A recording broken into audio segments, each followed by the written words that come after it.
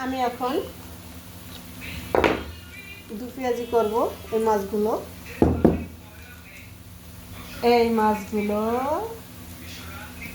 দু পেঁয়াজি করবো। পেঁয়াজগুলো আমার ভাজা হয়ে গেছে। এখন দিয়ে দেবো একটু পানি।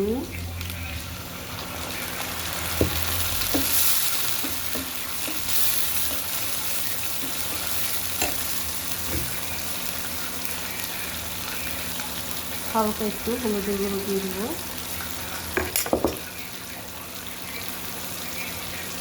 সাথে দিয়ে দিচ্ছি জিরের গুঁড়ো, দিয়ে দিচ্ছি ধনিয়ার গুঁড়ো,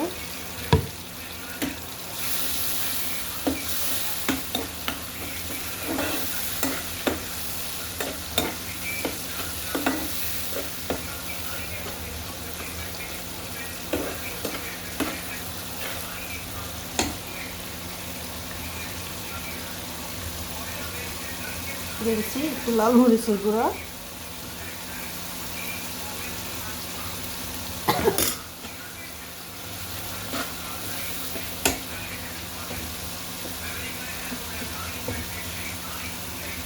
দিয়ে দিচ্ছি একটু লবণ,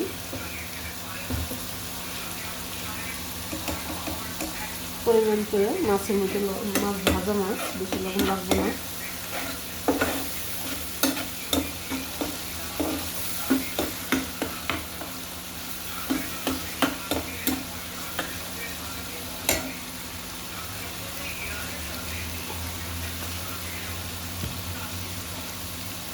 এখন আমি দিয়ে দেবো মাছ দুটা।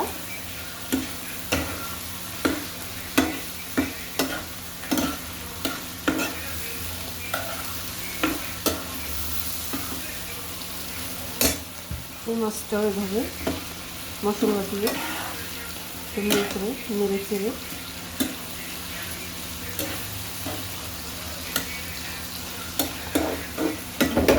এটা হলো পোয়া মাছ 2 পিস। আমি 2 কেজি করবো। এখন দিয়ে দিচ্ছি একটু পানি।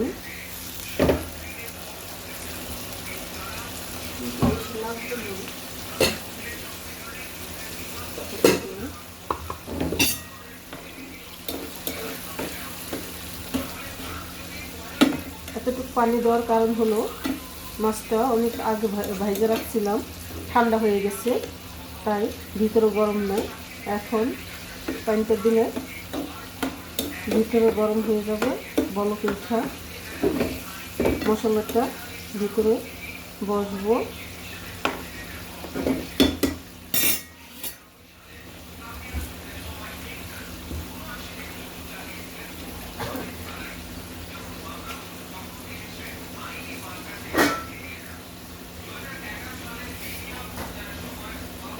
ঢাকনা দিয়ে দমে রেখে দেবো 5 মিনিট। 5 মিনিট পর চলে আসলাম।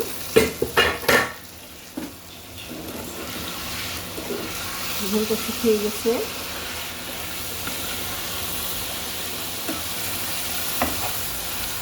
আমি ঠিক যেভাবে চাইছি ঠিক সেইভাবে দিচ্ছে।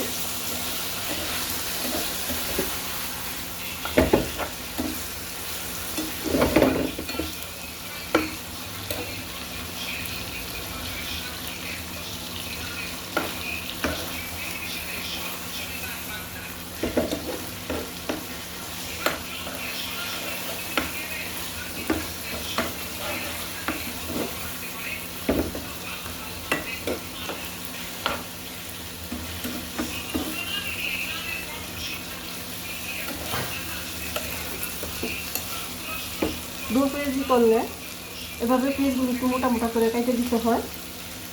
মোটা মোটা করে কাটে দিলে পিসগুলো গলে না, আলামি থাকে। কেউ চাইলে হলুদ মরিচ ছাড়া করতে পারেন, শুধু কাঁচামরিচ দিয়ে।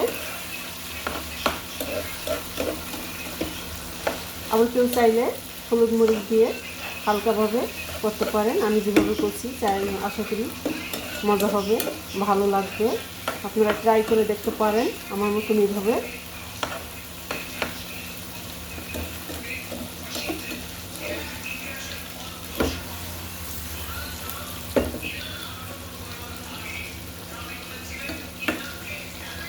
চাইলে কেউ ধন্যবাদও দিতে পারেন, আমি ধন্যবাদটা দেবো না, ধন্যবাদটা ছাড়াই 2 কেজি করলাম।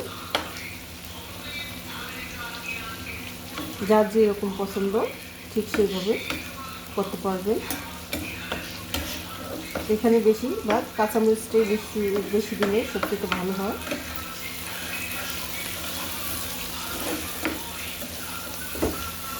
মাছটা আমার হয়ে গেছে।